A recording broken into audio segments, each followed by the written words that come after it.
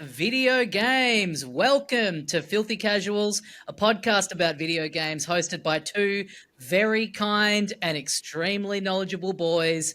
My name is Tommy Dasilo, and joining me today, fresh off the Hume or the colder, I know which one. It's Ben. It's Ben Vanel here. Yes, I think the Western Highway maybe was involved. And then as you approach the Adelaide, it turns into the Southeastern Freeway because Yes, it's that's all the relative. direction you're heading It's in. Yeah. all relative, baby. But I just had a little 4-day weekend, drove over to the city of churches, or Adelaide itself, Yep. and experienced a bit of live music. I love to support live music. Yeah, you're currently following Jelly Roll around the country. Is that why you went? Well, yeah, it is why I went. I'm not following him for his music. Right. I'm following him for his personal and political beliefs. Yeah, you want to get a DNA test because you believe he's the father of your child. That's right. Sneaking around behind him trying to pluck a hair off his head to go and get the test done. My little baby came out with 2 weird tattoos on his face, so I was like, wait a minute, hold on a second. Do you think as many people would get tattoos if they were, like, once they were on your skin, if they were then hereditary and they were passed down genetically? Do you think more, or I've got to be honest, it would inspire me. I would be more likely to get a tattoo if I knew that, I guess, well, that would mean that there'd be no, if there was any, like, any sort of philandering going on. Yes. As to the identity of the father, there would just be no question. It's like, well, he doesn't have the. Hey, he came out without the little mask guy from Spirited Away on the bicep. Therefore, he can't be my child. It would raise some issues, though, if a bunch of different parents had the same tattoos. If there's a lot of, like, butterfly tramp stamps, there's a lot of finger pointing going to be going on as those little bubbers pop out. But if you're in some kind of polycule and all of the men have the same, like, tribal armband, then you just will never know which one of them fathered the child. I do think if it's a polycule, it is more likely to be a Studio Ghibli tattoo. But... Yeah, I don't know why I thought. I was like, oh, what's a different type of tattoo? The tribal armband. Yeah, really popular in the polyamory community. But no, I did happen to be in Adelaide while Jelly Roll was there. Not a fan of his music, so I checked out the Strokes and MIA and the War on Drugs and a bunch of great bands. Caught a bit of the Presets, which was a absolute blast from the past. But yeah, good ass time. I managed to squeeze in a couple of video games before I left this fair city of ours because I have a job to do. Yes. But how was your weekend? We also had, we're not going to talk about this on the bonus for a couple of weeks, but I will mention that a storm shut down the festival while we were there. And that horrible rain made its way across to Melbourne, where you would have been just tucked in bed on your little gaming machine, playing away. I think I quite literally was in bed playing a video game when the storm did hit. Yeah, nice. Yeah, we'll get a full Harvest Rock wrap up on the Patreon in a couple of weeks, which is perhaps a good chance now to promote said Patreon. If you want to hear us do an extra hour of content every week, we talk about movies and TV shows and just all sorts of pop culture stuff that is not related to video games. So yeah, coming up next week, we'll be talking Harvest Rock. We'll be talking the Bruce Springsteen movie. We'll be talking me seeing the Rocky Horror Picture Show for the first time ever as a 39-year-old man in 2025. Wow. Something you swore to never do. I kind of had, honestly, at this point. I think I was talking about it with someone recently, and I was like, it feels like one of those things where if I haven't seen it by now, I'm pretty confident in saying that I will go to the grave having never seen the Rocky Horror Picture Show. And then my partner was like, hey, they're doing this like live kind of Halloween Rocky Horror showing at the Astor Theatre where they have like people in costumes and they have like performers kind of reenacting the bits. Do you want to go? And I was like, okay. And then when you get there, they ask you if you've seen the film before, and if you say no, they write a big V on your head for virgin. And I thought, I thought I was going to get. I mean, it's very opt-in, opt-out. I really did think, I'm going to get pulled up on stage and get fucking paddled on the bottom in front of all these cool people. Sadly for you, that did not happen. Did not activate a certain fetish of yours, but because I've never seen The Room, and I think I'm going to keep it that way unless your partner drags me along to a live interactive. It's funny you should say that, because I did not realize that this is so off topic, but I did not realize that the Rocky Horror Picture Show had the same level. I knew it had like a big cult following, obviously, but I didn't know that it had the same level of The Room as like of people like yelling stuff out. During the show. And so I said to my partner, have you ever seen The Room? And she's like, no. And I was like, you know what? If you kind of should, I guess. Yeah. I think it is worth going to one of those showings like at least once, because it is, I don't know, it's kind of fun. It's kind of a weird experience to be in a cinema where people are doing exclusively the opposite of what you're meant to be doing in the cinema, and that is the point. You do get kind of activated. You're like, for fuck, and then you're like, no, hang on, this is all correct behavior. This is what this is what this session is for.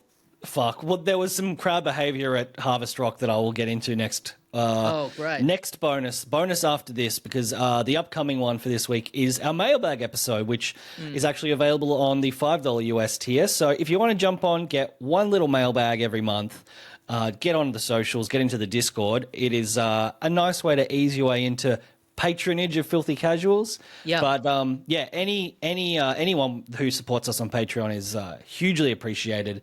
Beloved by us. Absolutely beloved. We'll kiss you on the tip of your genital of choice. Yeah, that's one of the beloved rewards. By the cast and producers of this show, not just the above the line people, but the below the lines as well. Yeah. In front of and behind the camera. We all support you. That is patreon.com/filthycasualspod if you want to get on. Enough chitter chat about stuff that isn't video games, because while the cat's away, and that's me, I am the cat. Yeah. The mice have been playing. The mice have been playing. Well, there's been, you might have been away from the console, but I dare suggest you would have seen some of the news that has come out this week. Yes. I guess the biggest story of this week, and look, I feel bad because we've been on a bit of a tear lately of sort of admonishing the efforts of Microsoft and Xbox, and this is the hard thing about doing a video games podcast where we cover everything, is that you cannot please all of the people all of the time. And I know there are some people that are Xbox diehards that listen to this who probably think we've been a bit unfair in our commentary. Probably there are some Xbox fans that are listening that are like, finally, someone's saying it. Thank you for being my champion. But there was big news during the week that a full Halo remaster is coming out on the Microsoft record scratch, the PlayStation 5. Master Chief looks at the camera and says, "You might be wondering how I got here." Yeah, I kind of am. Well, I honestly kind of am wondering how he got there. Seems crazy.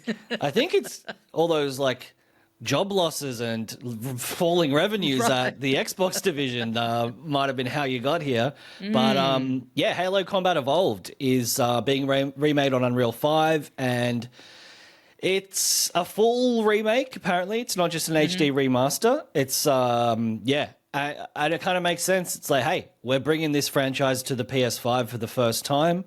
We're starting again, and we're starting in a way that's going to make it kind of feel like a contemporary game. And I mean, it's cool. We don't have like shares in Microsoft. We don't particularly care how well they do or don't do, or where they put their games. I think it's cool, but at the same time, it is like, what are we doing here? Like, are you, if you are going to turn around in a couple of years' time and be like, here's our new console, like, I mean, that is the thing that it kind of calls into question is like, what are the long-term plans of this company and this brand? And why should anyone invest their money in an Xbox console if all of those games are going to end up on another platform? Yeah. Why would you? And I know people hate this, like people hate the thing of games being locked onto certain platforms, but it's kind of how a lot of things work. Like because there's no reason for them to continue making consoles. I don't think if they're not going to incentivize people to opt in to their console. Why would you not just get a PlayStation where you can play all of that stuff plus all the PlayStation exclusives? Because I don't think they have, or just get a PC. Like, Yeah. I don't think Sony have any intentions to start. I mean, they obviously do with the PC, but outside of that, Right.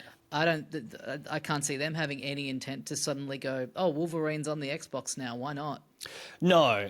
Like maybe as long as PlayStation doesn't have a actual handheld, like they have a remote, device, but they seem to be. I don't know if there's been any exclusives on the Switch, but certainly big PlayStation-centric games like Final Fantasy have gone onto the Switch and also been released on PC. But while they don't have their own handheld, I think that's maybe fine. But certainly, if PlayStation were like, well, we're going to do a hybrid console or whatever, everything they do is going to be exclusive. At this point, why would you buy an Xbox? And I'm starting to feel like those repeated quotes from the CEOs over at Microsoft of being like, there will be Xbox hardware ongoing. There will be, next generation hardware.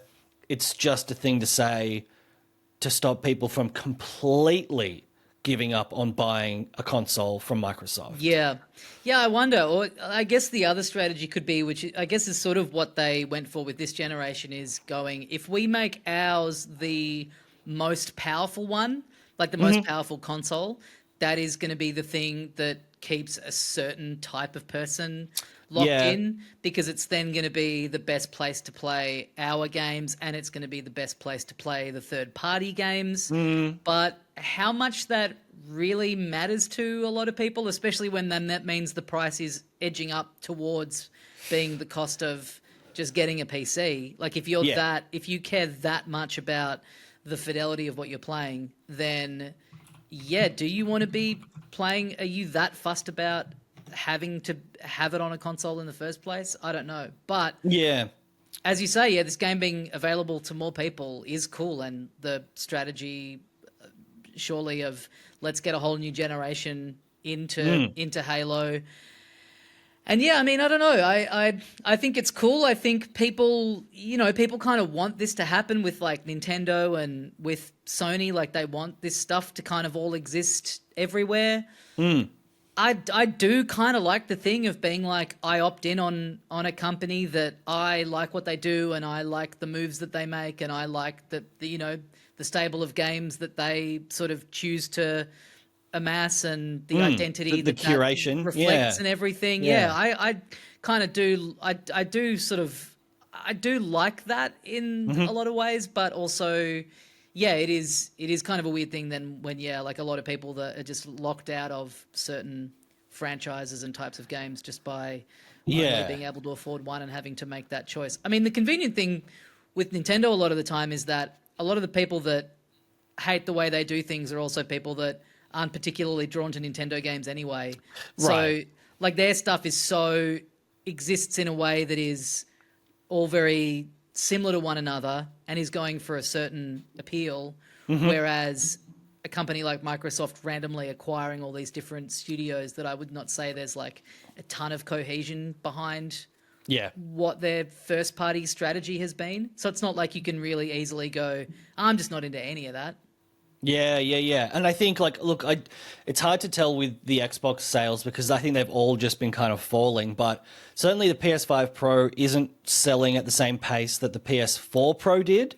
So in terms of just gamers in general wanting a high end, like a truly high end console performance experience, it feels like the PS5 itself is enough. And yeah, if you do want something crazy powerful, you get a PC. So yeah, that point of difference for Xbox being like, well, our best one is better than the competitor's best one, probably isn't a huge factor. And yeah, I mean, exclusives matter. And I've always said this, and it is odd that there's a huge, well, there's a loud minority, I suppose, of people who are like, exclusivity is anti-competitive, it's anti-consumer, because it forces you to buy a certain product in order to, to be able to even consider buying these other products Right. on that platform. But I mean, I think we both feel this is a logical thing, that if you have actual competitive companies who are trying to outdo the other in terms of game quality, performance, and price, that's better for the consumer. If it stops someone monopolizing the industry and being like, well, I'll just make the prices as high as I want and I won't try as hard with the quality of the games. Like that just makes sense to me. It's strange because it doesn't, like, I'm thinking about what the equivalents are in other media, and it's effectively just different studios making films competing with one another for your money. But that is more like, you don't need to like own a, you don't, there's no like opting in on the thing to get the thing. Yeah. Like you can just choose to go and see whatever movie that you want, and it's available no matter who you are, no matter where you are. I mean, obviously indie films and stuff doesn't come out everywhere, but ignoring that, same with books, same with anything. I guess maybe the closest equivalent is like what streaming service you subscribe to, but that doesn't even feel like quite the same thing. So it is kind of a weird, it does get a bit weird in that way. But then, I mean, with movies, we're seeing like this, monopoly of Disney kind of buying up everything, which does, as you say, make everything a bit less interesting, a bit less competitive. Like it is good for, having a good amount of creative choices to be able to pick from in your entertainment. Everything ends up feeling like quite, I think on with sort of film and television, the risk is on the producer side, right? Like for us, we don't have to buy in. It's like, who's acquired the license for this? Who has signed this actor for this film? It's more on that end of the equation. Whereas, I mean, because there's that's the funny thing is like all of that stuff, all of the competitive nature of making films is unless you're super tapped in and you really care about this stuff, largely invisible to the consumer. Like no one is like, I can't believe you go and watch movies made by 20th Century Fox. They're all for babies. Yeah. Like exactly. No one is that invested in what studio is making what film. No, and it's like that's the job of the media. That's the trades. They'll talk about that stuff. Apparently, Netflix is going to acquire Warner Brothers, which, if you're like a devoted fan of that medium, you're tapped into that shit and you're worried about it, but. It is just so different where you have to literally buy a device to join the club for games. So they have to convince you that it's worth spending hundreds of dollars for the privilege to be able to then give them more money continuously to engage with the new things that come along that you want to consume. But I am. You know what's so funny is that all I've seen as a headline here is that Halo is coming to the PlayStation 5. I actually haven't seen a single thing that mentions that it is also coming out on Xbox and like Microsoft Store for PC, which like you're right. Obviously that's not the interesting part of the headline. Like that goes without saying, but it just popped into my head. I'm like, it would be very, very funny if it was if the headline was actually it's coming out on the PS5. in place of it coming out on a Microsoft console. They've said, hey, we can only do one, and we sort of had to make a decision. Sorry, guys. Which honestly, yes, if you're a casual gamer and you skim a headline, you literally don't see that it's a multi-platform release. Yeah. Although, the IGN article about it, which is headlined, PS5, it is a preview of the game, and it talks about, the actual details, the extra content. So, you can go dive into that if you want to know what's actually in this release. But yeah, another interesting move from Xbox. Interesting being in quotation marks. Yeah. Speaking of interesting, there was another hour-long presentation about Kirby Air Riders for some unknown reason. I thought there must be, to do another one of these, there must be something huge that they haven't shown us yet. Yeah, there's some stuff. There's like a cool little single-player mode called Road Trip mode that's a little bit like, it's got like a bit of a story to it, and it's basically a big melting pot of like all the other different modes kind of thrown into one, where you sort of travel around and you do like one race like this, and then one race like this, and then you do a city trial race, all that kind of stuff. So that seems kind of fun. They've brought back the top-down mode from the first one, which, again, Sakurai just treats these like their Netflix stand-up specials at this point. He was like, this mode was in the first one, and, not that many people really engaged with it, and even less people really liked it. And I don't think that anyone would really care if it wasn't in this one. And in fact, to put it in this one, it would require a lot of extra time and effort that's probably just not worth it. So anyway, we put it in. He is so good. It rules. I'd love to sit at a bar in Japan with him with the Google Translate app open and just really riff it up. You know what came around again recently on my feed was the picture of like the 6 people that worked on the first Kirby game, and they all had to draw Kirby from memory. Oh, and yeah. There's one guy who's like fucked it so hard. It's just like a circle with 2 dots on it, which is all Kirby is, but it still looks wrong. And Sakurai's is like a beautiful rendered piece of art because it's his little guy. Yeah, but he's like, I think he's next to the guy who's like done the worst version of it. Oh God, yeah, I'm looking at it now. He's the guy on the bottom right. It looks like kind of a munted Pac-Man with arms. It looks like a 5-year-old's drawing. Like, how does this guy work at like? I guess he's like a coder or something because it's like probably he's the accountant. This is really a company where artistic flair really, really matters. Yeah. Fuck. But yeah, not too much more revealed in the game. More characters, more tracks. All the original GameCube tracks are in there. A deep dive on the options menu, as you would expect. A deep dive into what is happening in the lobby when you're waiting to get online. It's looking fun. It's looking very nice. Yeah, it looks beautiful. I've always loved, I think, and I can't remember what we talked about this on, what episode, but just the art style of Kirby overall as a property. It's just so appealing. I think, we were talking about how it's kind of Akira Toriyama-esque. But yeah, in the games, it's so bright and vibrant. And it is funny, like the freaks for Kirby. Yeah. The freaks for Kirby obviously would be super into this stuff, but it is so funny how they're like, he's done this in both of these presentations where he'll go like, go through revealing new races that he's revealing in it. And most of them you're like, I don't know what that is.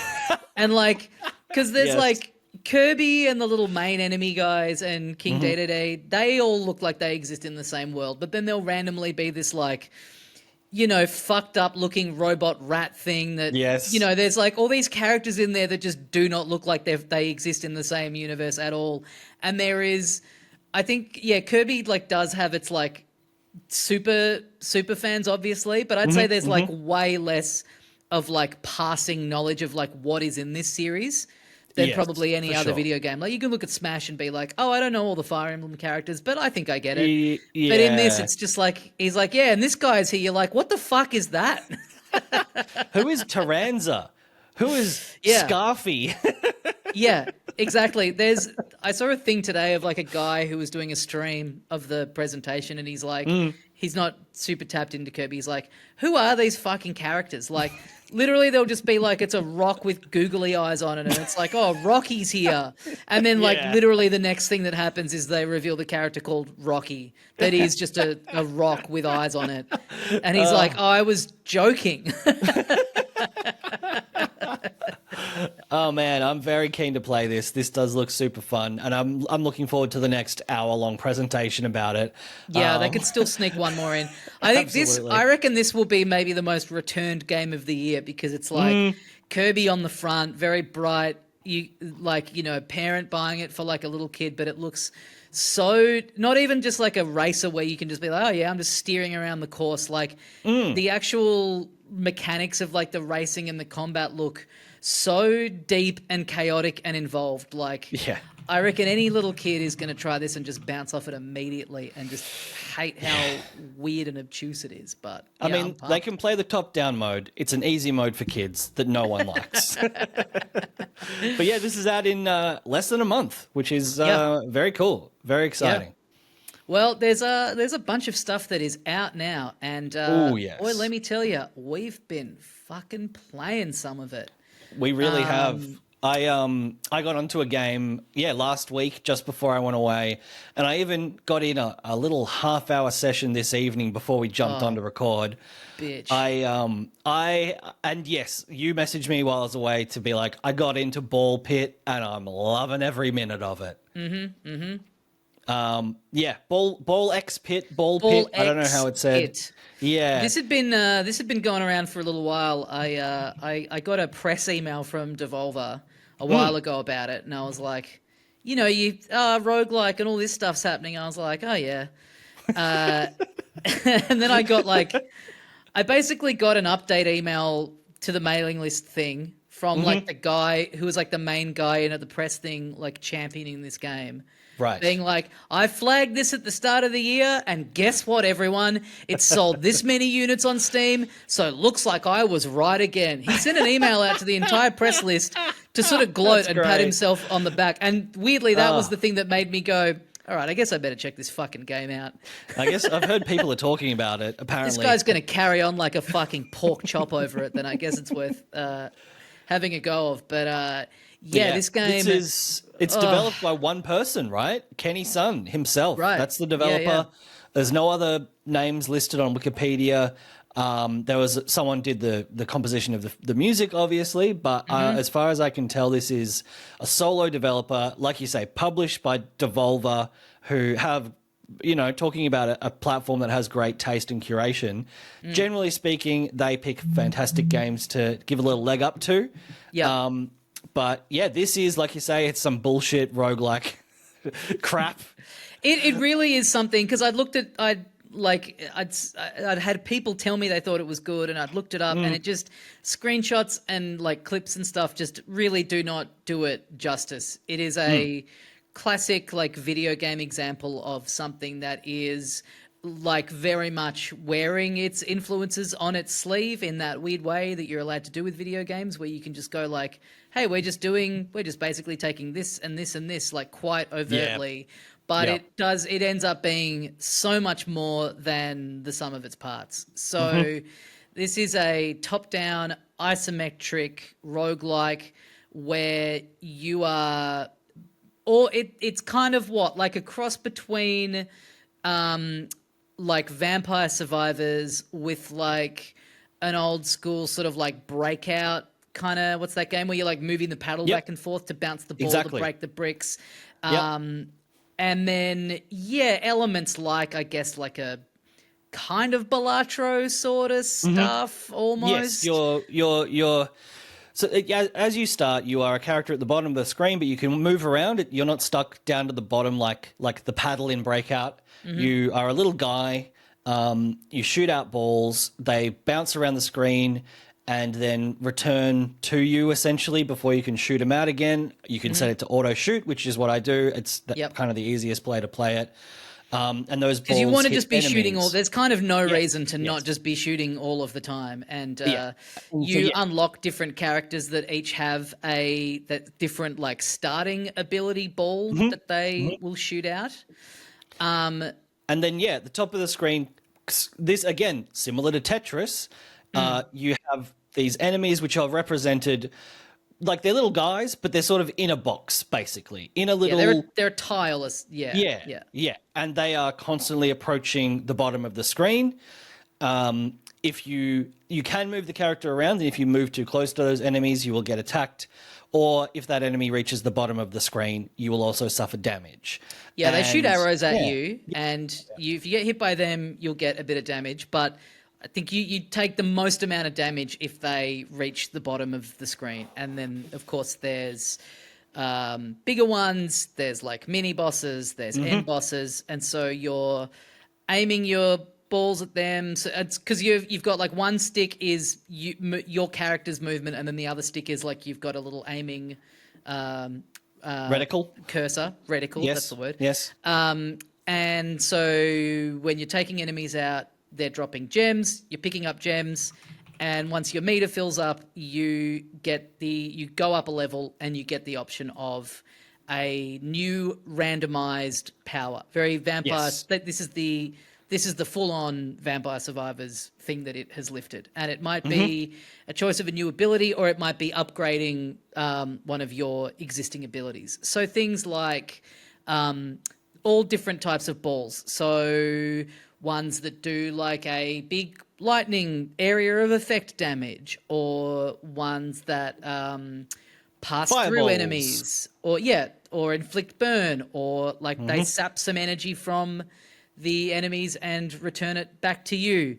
You can also get things like increasing your rate of fire, increasing your movement speed.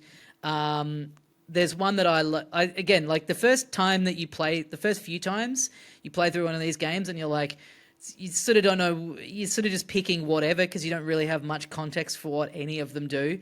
And then you stumble across a new one, and you're like, okay, that's my new favorite one. Or you like learn what the ones that you're really wanting to get going in tandem are. There's one that when enemies die, they kind of blow up and they do a lot of damage to all the ones around them. So if you can get that going, you're able to like clear out big areas in way more effectively. And then on top of that, there are these little kind of multicolored glowing orb things. Yes. That allow you to pick between either like upgrading at random between 1 and 5 of the abilities that you already have, or combining 2 of the balls that you have into a different new type of ball. And so because you can only have like 8 things going at once, 8 balls and 8 abilities, and once you run out of that space, then you need to be getting these little glowing orb things to be able to like combine some of them down to make yourself more room to be. And you don't pick these. You don't like you don't have to like equip them or anything. Like once you've got them, they're just in the roster of shit that is being randomly fired out. Again, in a very Vampire Survivors kind of way. All this stuff is happening automatically. Yes. Yeah. And I think I don't know the criteria, but initially it's like fusion. It's called, and then you can do an evolution, which I'm not sure what that is. Maybe if you have 2 used already. I think evolution is when you've got 2 that are at their full level. So I think everything only goes up to level 3. So once you've got 2 that are maxed out, then you can evolve them into a new thing. Whereas the fusion is just like it can be anything. Yeah. And some of them are great. I keep picking the lasers. So they I appear at random, vertical lasers damaging any of the enemies that they, land on across the screen. You don't have to be aiming your balls at them, I don't think. But that kind of thing, like you say, it just helps to clear out enemies you're not literally aiming at. Because it can get kind of overwhelming at times. You can think you're having a good run, and then all of a sudden you realize you're not too deep in, and already they're sort of really starting to get down pretty close to the bottom of the screen, and you're like, oh, I'm not clearing these guys out quickly enough. I love the lasers. The lasers, if you combine them with like if you fuse them with like the burn or the freeze, so that not only are you striking huge lines, but you're also doing that kind of damage on top of that. That plus when they explode, they clear out the area. There's also like one that is sucks health from the enemies, and you can also I combined that with a thing that it like a ghost thing, so it passes through the enemies. So it goes right to the back of the screen and takes energy from all of them, which basically kept me from like ever losing health, essentially. Like if I took a little bit of damage, I just would like regenerate it so quickly. The fun of just because these you can choose between 3 every time you level up, and they're sort of they're dished out at random. So a lot of it is like it kind of forces your hand to be like, okay, I see what this one's all about. And there's ones that I've kind of avoided for a bit because I'm like, I don't really see how that's that effective or useful. And then you get on it and it is like, oh, this is game changing, especially if I'm able to combine it with this and then level that up and then get that. Like it's got that real... Yeah, that Vampire Survivors, that bit of crack that's in there, where just the automatic, like, devastating nature of getting yourself, really powered up and having this stuff just all kind of happen and looking at the screen and being like, yeah, I'm doing really well this time around. This feels great. And then on top of that, which I think, that sums up the gameplay. I'm sure, like the intricacies of the combinations and evolutions will just increase over time. But after you finish a run, or I guess after you die, you go back to base and you will have also collected coins during your run and other resources, and you will use those to build out your little kind of home version of a breakout thing where, you can place like forests, farms, little things, caves or something where if you like, they'll give you an extra hero or something. They'll increase the rate at which you acquire new characters. Yeah. So in the levels you unlock, you find little dropped blueprints that give you like new houses, and some of those are like where you get the new characters, and so you have to you kind of arranging them on a grid, and then you kind of aiming. You get like one little shot that lasts for like 20 seconds. Yeah. And these guys kind of shoot out, and whatever, like if they pass through a wheat field, you get those resources. To build the structures, you have to like bounce. They've got like a health bar, so you have to like bounce the guys off the house that you've built a certain number of times, and that unlocks the new character. Or there's like stat buffs and stuff that will affect your runs. So you're kind of in this a bit more of a simplified version of the loop of Cult of the Lamb, where you're doing a run and then you're going back. It's not as intricate of a base building thing. It's quite simplistic. There is still a degree of strategy in like where you put everything on the grid. But it just gives this could have very easily just been, you just keep doing these runs. Yep. Infinitely. But it gives it a nice little bit of, kind of strategy to it. And to get... To progress onto the next levels, you need to beat a boss, and that gets you a gear. And I think like for all of them, you have to get 2 gears, and the only way to get the second gear is to complete the level with a different character. So right. There's like a huge roster of characters too, just from like it's all question marks on the main thing. Yeah. It's like a pretty substantial. And I think the main difference is just they all have like a different form of the balls as they're like they start with it, and like maybe some other slight effects as well, but all of these things just kind of feeding in as well is like, because I mean it already is so addictive and so fun, and then you add on this thing of like, I wonder what that new character is going to be like, and then you go back to the base and you think you've got it lined up so that you'll have like fully built the house, and you fuck it and you don't do that properly, so you're like, because you can only do it once per in between. So then you're like, all right, well, now I got to go and play a whole other round to be able to try and build this house. Yes. And then, for anyone who hasn't even seen this game, the sort of base building reminded me actually of Loop Hero, which was the kind of, that was a similar thing where you'd set off with a character, It's all automatic though. You go round and round and round. You add stuff to the loop as you go, usually enemies, and you constantly upgrade your equipment until you die. And when you die, you go back to your base and you build a new thing that gives you a new thing. And then visually, it's very similar. It is old school pixel art, sort of medieval gothic sort of vibe. Very, very cool, and cool music as well. But it's like you say, it's not necessarily, not one element is necessarily wholly original, but it is the way that it has remixed a bunch of very cool and addictive and playable and kind of on trend gameplay elements into this brand new thing. Yeah. It's fantastic. It is so addictive. It reminds me of like a billionaire as well, where oh yeah, you've grabbed a couple of things that are really, really fun, combine them, and it's even more fun. I think such a cool release. The Vampire Survivors thing is like the kind of the way to pitch it as like an entry point. But then, and if you liked that game, this will resonate with you too. But yeah, once you're playing it, all these things come together in such a unique way that it just feels like, well, yeah, it's a similar format, and I like that format, so I like this. Like, once I'm playing it, I'm not really thinking like, this is just Vampire Survivors. No, not at all. Not at all. It's more like, it's like a Tarantino film where it's like, he liked gangster films and karate martial arts films, and then he made something new that's really cool that's inspired by them both.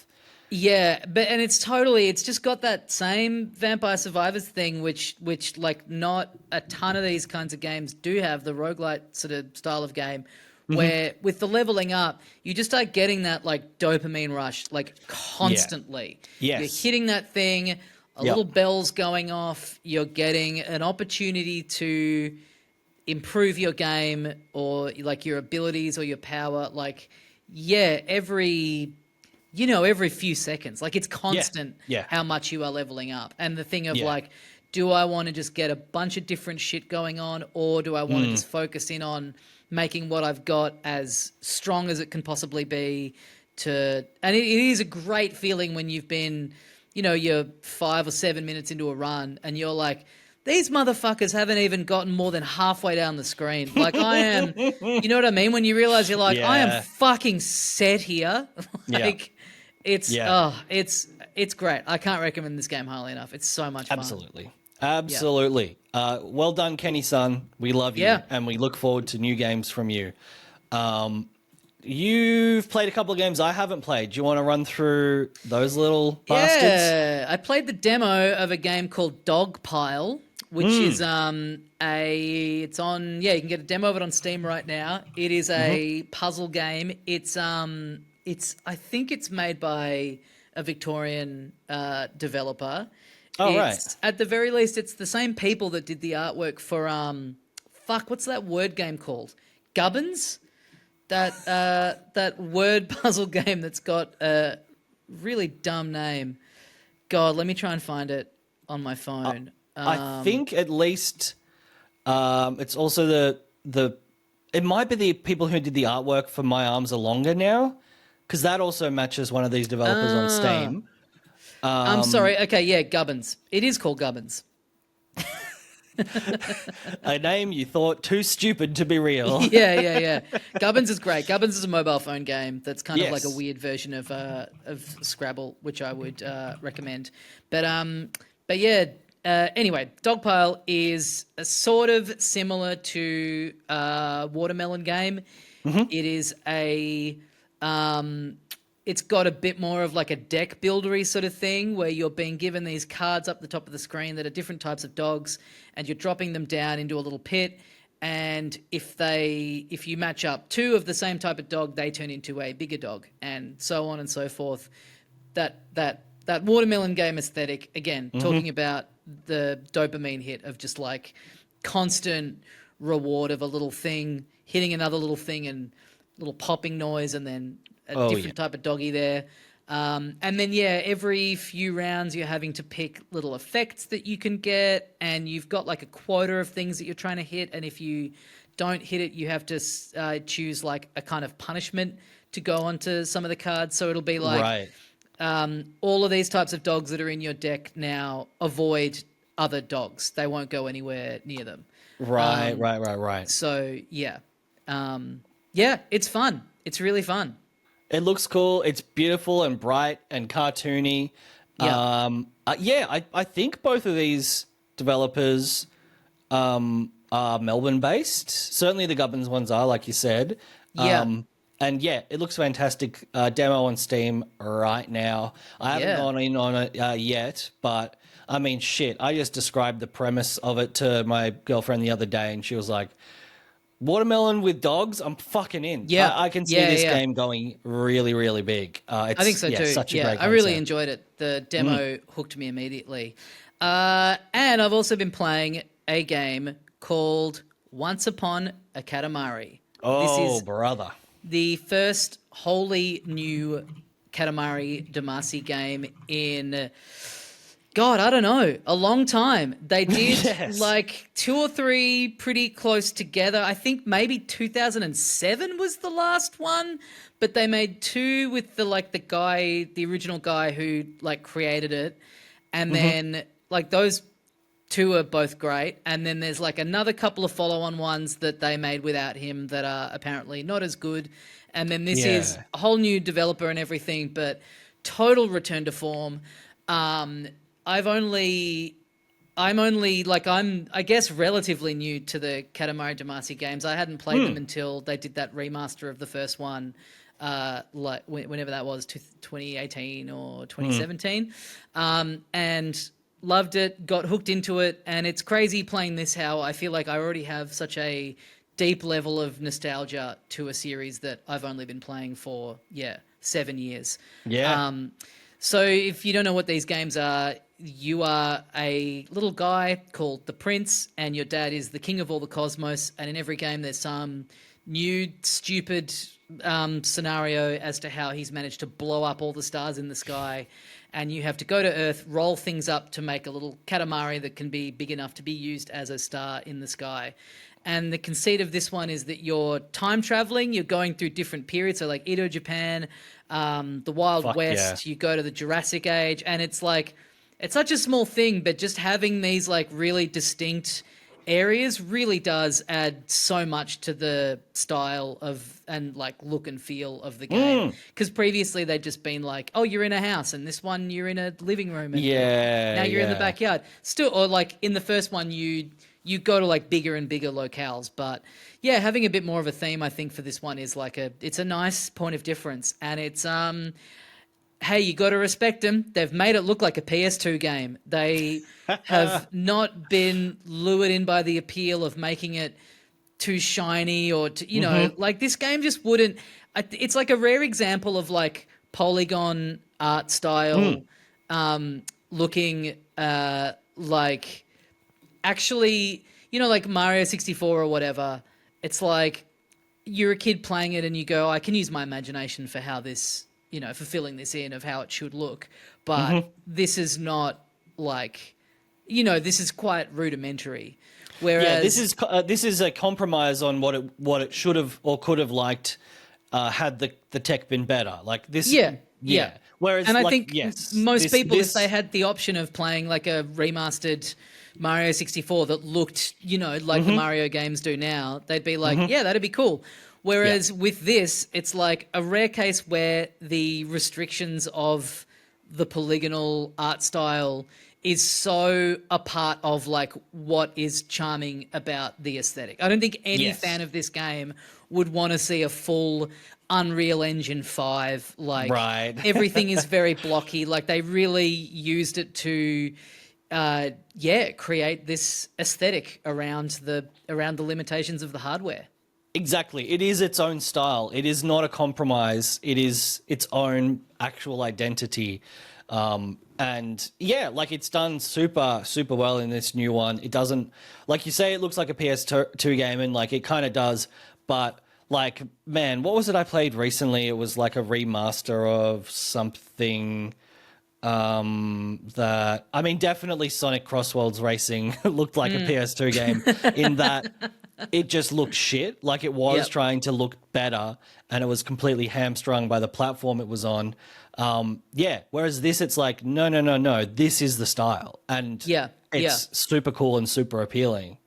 Yeah, I wonder. I wonder if they ever had that on the board at any point of like, hey, maybe we will make it look all realistic or whatever, because it just would not work. And so the gameplay is you're in this level and I could just be misremembering, but it feels like in this one there is way more of a different spread of the objectives that you get in each level. Yeah. But the default, I guess the first like version of it is like you've got 5 minutes, you've got to roll this little ball around, and you've got to pick up as many things as you can onto the ball in the 5 minutes, and you get kind of ranked at the end of the level based on how big of a ball you've been able to make. And the ball can only pick up things that are smaller than it.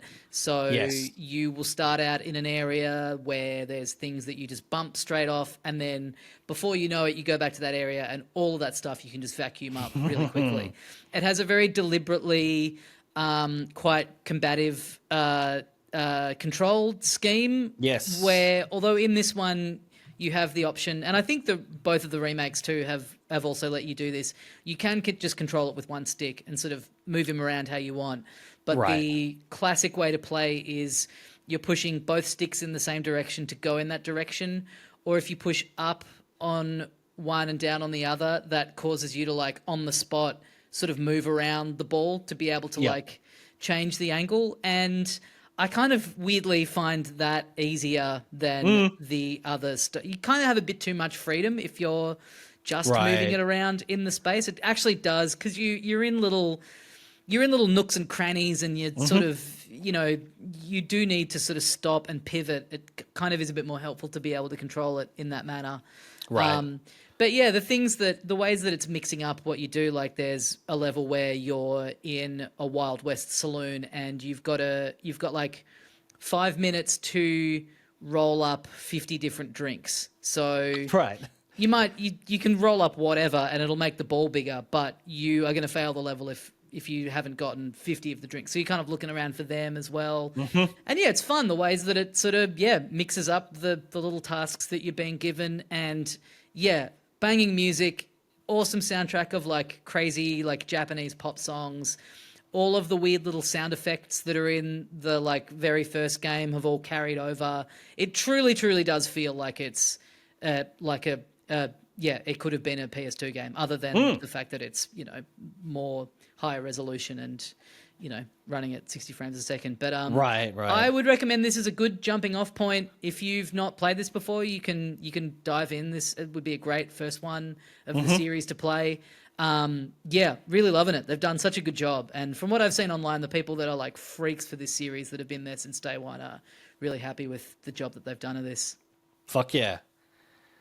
And then, do you want to mention this other game you've listed here on the rundown? Oh yeah, I haven't really played too much of it, but this game called Cloverpit, which was going to release on the same day as Silk Song, and then they ended up moving it when the Silk Song date got announced. But Cloverpit is sort of like a cross between Balatro and Inscription, but it's the Pokies. So you're kind of like trapped in this like cursed room where you can kind of move around the room, and there's all this different stuff that you can interact with. The main thing being a Pokies machine. And when you play the Pokies machine, you're getting coins and you're getting little tickets, and you're using those coins and tickets to buy little buffs and things that are around the room that are going to help you get a bigger multiplier on the Pokies machine. So you've got like a little button that you can push next to the Pokies machine that'll activate one of the little buffs that you've found. And then there's all this other kind of like random stuff in the room that you kind of don't know what it does yet.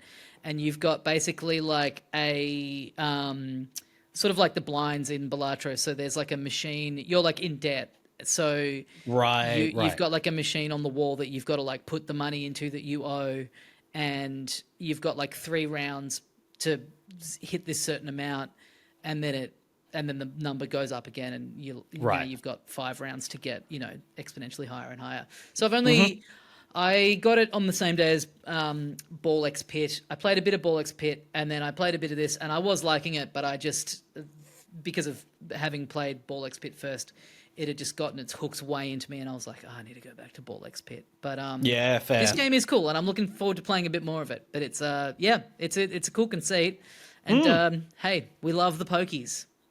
We do.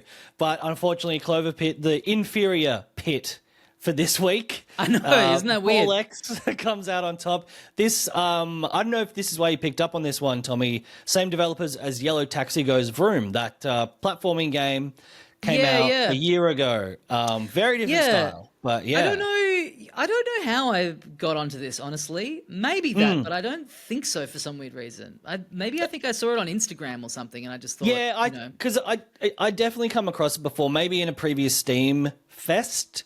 It might have been one of the demos that was up there, but I do intend to try this one as well. I might have even bought it already because again, we love Inscription. I also tried Buckshot Roulette, which is kind of a similar vibe. It looks like. I mean, if this game was truly terrible, you could have given it a one-word review: Clover shit. If only. In homage to one of our favorite comedies of all time. But I reckon I'll give this a crack as well once my system has been drained of serotonin thanks to Ball X Pit. Oh yeah. And then another game that we've both played a little bit of. Yes. I don't know if you would have necessarily played more than me. I do know that I think I'm liking this game more than you, which is unfortunate because my computer can't run it. Yeah, I've certainly had some issues. So this is Double Fine's brand new game, Keeper. This was something that we were super keen on just based on how it was look. But how dare you? I drove 8 hours to get to this recording and you served me up. We both thought this looked fucking cool and weird and kind of didn't really matter what kind of game it was in the end because we were both just, really intrigued by the visual style at least. Keeper. Keeper is Double Fine's new game. It is a puzzle walking simulator.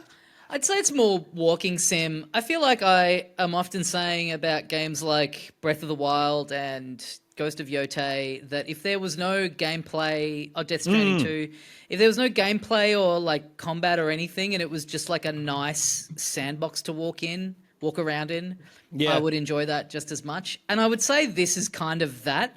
Like whether correct me if I'm wrong and with how you feel on it, but I would say whether or not you are going to click with this is just down to how much you enjoy the art style. Like it's I think that's fair.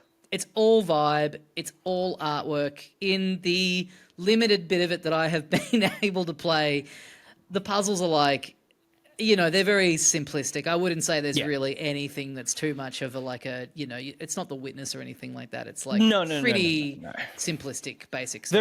Very simplistic environmental puzzles. Yeah. There's a bit, I don't know if you've gotten up to the bit with the tree guy and you need to get 3 things. Yep. But it is very much, it's similar to like Donkey Kong Bonanza where you get to the Elder and it's like, get 3 pieces of my broken record. But that is a platforming challenge with some complexity or a new mechanic in the game you hadn't discovered yet. Whereas this, it is... Occasionally it's a new mechanic, it's a new way to use. You have a little bird who's your friend who, you just have one button that gets them to emote or to fetch something or, there might be a new use for that as you come across new puzzles. But mostly it's walk over here, shine your light from the lighthouse on this, focus the light beam, holding the trigger, and then the puzzle is solved and you go back over there. And there's nothing wrong with that. There's nothing wrong with walking sims where there's even less than that gameplay. Like I've played some really enjoyable ones that tell an interesting story, or have an interesting world that you absorb that narrative just through seeing things. And we are both probably too soon to pick up on the narrative. I've heard through other reviews that there is a bit of a story being told. but most of all at this point, I've probably played an hour or so, a bit more than an hour, which is like a quarter of the game apparently. Yep. It's like, it's vibes. It's, do you like how this looks? Do you like the funky Yeah. little critters? Do you like the funny little plants? And yeah, I think that I'm not sure if I will like this by the end of it yet. I'm going to keep playing it, but Yeah, I get you. yeah. I'm like, Yeah. I am liking the vibes, and the art direction is really cool. I don't know that I love how it like feels to move around in. Yes. I guess Yeah. it's a hard thing when it's like, well, it's a sentient lighthouse. Like it's a Yeah. big, tall, lumbering structure. But Mm-hmm. I do wish it felt a little less. I don't know. I like, as you say, yeah, with something like Donkey Kong Bonanza, where it's like, yeah, just go over here and get this. But that feels so fun to move around in. Like Yeah. this, I wouldn't say feels like fun to move around in. It's like, it's really enjoyable to take all of these sights and sounds and everything in, but it's very like, yeah, it's like very, I don't know, cumbersome to move Yeah. around in, Yeah. which I guess is, like I say, kind of the point, but again, It's very it deliberate. really is. Everything Yeah, you're yeah, doing, it's yeah. you have to be quite deliberate with it. It's not a fast-paced game by any means, and it's Yeah. not a hard game to. It's not even hard to get to grips with the way it controls. But everything that you do, you know, the camera angle switches, and you kind of have to reorient That's automatic, which way yeah. you're pushing the character. You can snap the lighthouse light back to the center, which is very helpful. But a lot of the times, the control of the direction is not relative to the camera. It is fixed. So, there is a few things that don't make it a super smooth gameplay experience, which is a shame Yeah. when you really should be focusing on how interesting and creative the environment is. And I love all of that. And so, yeah, the first time I loaded this up, it crashed pretty quickly. I bumped everything down to very low, and I'm still having it crash, which my PC is not, super up to date. But I mean, It's also It's not super old. fine. And this Yeah. game is like it's visually, there's a lot to it that's very interesting and complex, but I would not say it just should not be this demanding of a game. I think it's not. I agree. Because it also runs quite badly on the Steam Deck, and I was reading some stuff of people saying like they've said they're going to be able to optimize it at some point, but I just don't think it should. It shouldn't. Yeah, it shouldn't be this problematic on my PC. If you as can it run is. Cyberpunk, Yeah, with ray exactly, tracing, like then you should be able to run Keeper. And I've noticed, I haven't had it crash, but I have noticed a lot of hitches in loading, which it's saved. It's running off my SSD, like it's a fast hard disk. It's not an old solid state hard disk. And like I said, other games run perfectly fine. So Yeah. it may. And I think maybe Psychonauts 2 was a bit dodgy with performance as well. Certainly the way I played it, interesting. I think I played it on PC. Maybe it's better on some consoles, but I also had a few issues. Nothing game breaking, but it did hinder my ability to be immersed in that really interesting world. Yeah. So hopefully, I don't know if it gets optimized or if I can just figure out how to get it running a bit more stably. I am keen to. Play more of this, see more of the story, because I am really liking the vibe and the music and the tone. The art direction is really nice. Like the world is really well realized. I like all of that stuff. Hopefully this is another one that Microsoft do what they do best and bring it to PlayStation 5 sooner rather than later. But yeah, I don't know. I because we kind of both intended to try and finish this game by Yeah. the time we recorded this, and for me, it wasn't really, there wasn't that hook on me to keep going. But I also was away for 4 days, so I'll True. keep picking away at it. I don't know if there's anything massive coming up in the next week or two that is going to draw my attention away from it. I can't remember if I mentioned on the show that I finished Ghost of Yotei, the story mode, done. Fucking loved it. Keen to go back in. There's some extra content afterwards that maybe because I got the deluxe edition, which I upgraded while I was playing the game. I was like, yeah, give me more of that shit. Give me more. Hell yeah. Or if there's just some other post game stuff already, but yeah, fucking awesome game. Cool. Such good gameplay. Just a beautiful game, and we'll be featuring, I'm sure, in our end of year discussions. Oh, bitch. Well, that is going to do us for this week on Filthy Casuals. Thank you for joining us. Get on to filthycasuals.com.au for the links to our Patreon and everything extra that we do. Thank you for joining us. We'll see you next time. And as we say here at the end of every episode of Filthy Casuals, we'll see you next episode on the PlayStation 5.